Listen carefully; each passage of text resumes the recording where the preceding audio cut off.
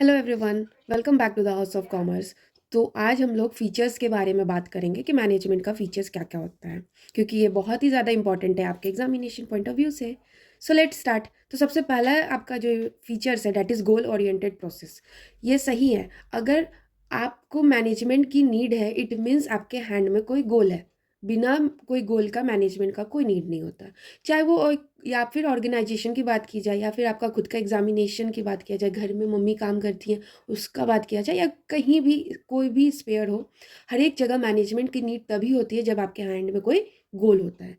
और यहाँ पे अगर हम ऑर्गेनाइजेशन पॉइंट ऑफ व्यू से पढ़ते हैं तो मैनेजर क्या करता है कि अपने नॉलेज और स्किल और एक्सपीरियंस को यूज़ करके उन सारे गोल को अचीव करने की कोशिश करता है। इसलिए हम कह सकते हैं कि मैनेजमेंट एक गोल ओरिएंटेड प्रोसेस है।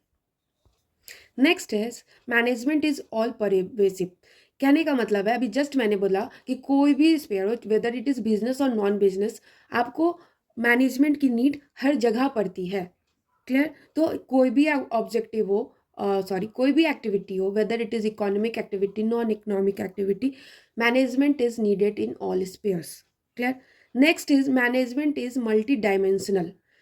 यहाँ पे आप क्या समझोगे कि management of work, management of people and management of operation, एक ऑर्गेनाइजेशन में डिफरेंट डिफरेंट एक्टिविटीज़ परफॉर्म की जाती है, तो वो सारा एक्टिविटी एक सीक्वेंस वे में हो। तो यहाँ वर्क का क्या हो रहा है, मैनेजमेंट हो रहा है।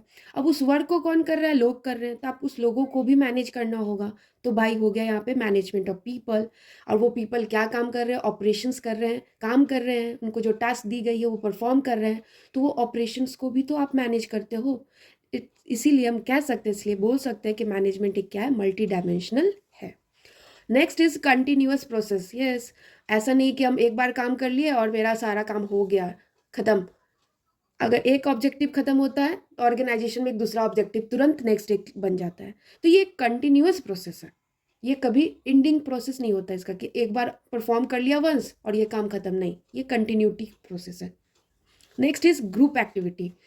ग्रुप एक्टिविटी यहाँ पे इस बिग ऑर्गेनाइजेशन को कंसीडर करके बोला जा रहा है। क्लियर? कि ये एप्लीकेबल होता है बिग ऑर्गेनाइजेशन में, ये फीचर एप्लीकेबल है ग्रुप एक्टिविटी। क्लियर? क्योंकि एक सिंगल आदमी को हम नहीं कह सकते हैं कि वो मैनेजर मैने क्योंकि एक जो छोटा सा ऑर्गेनाइजेशन होता है ना, उसमें एक सिंगल मैनेजर सफिशियंट होता है, सारा टास्क वो खुद से परफॉर्म कर लेता है। तो वहाँ पे ये बोलना कि management is a group activity, ये गलत होगा। क्लियर? क्योंकि वो खुद अकेले वो सारा कुछ हैंडल कर रहा है। तो एक बड़े संस्था में बहुत सारे लोग हैं, बहुत सारे मैनेजर्स भी होंगे।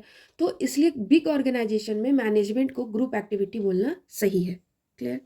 Next is management is intangible force. Yes, it can't be seen. हम इसको देख नहीं सकते, इसको महसूस कर सकते, फील कर सकते। कैसे? भाई बिजनेस बहुत अच्छा ग्रो कर रहा है, उसकी प्रॉफिट बढ़ रही है, उसका सेल्स बढ़ रहा है, उसकी रेवेन्यू इंक्रीज कर रही है, तो ऑटोमेटिक हमें पता लग जाता है कि ये बिजनेस क्या है, अच्छा परफॉर्म कर रहा है, इसका मैनेजमेंट अच्छा है, तभी इतना ज़्यादा वो ग्रो कर रहा है।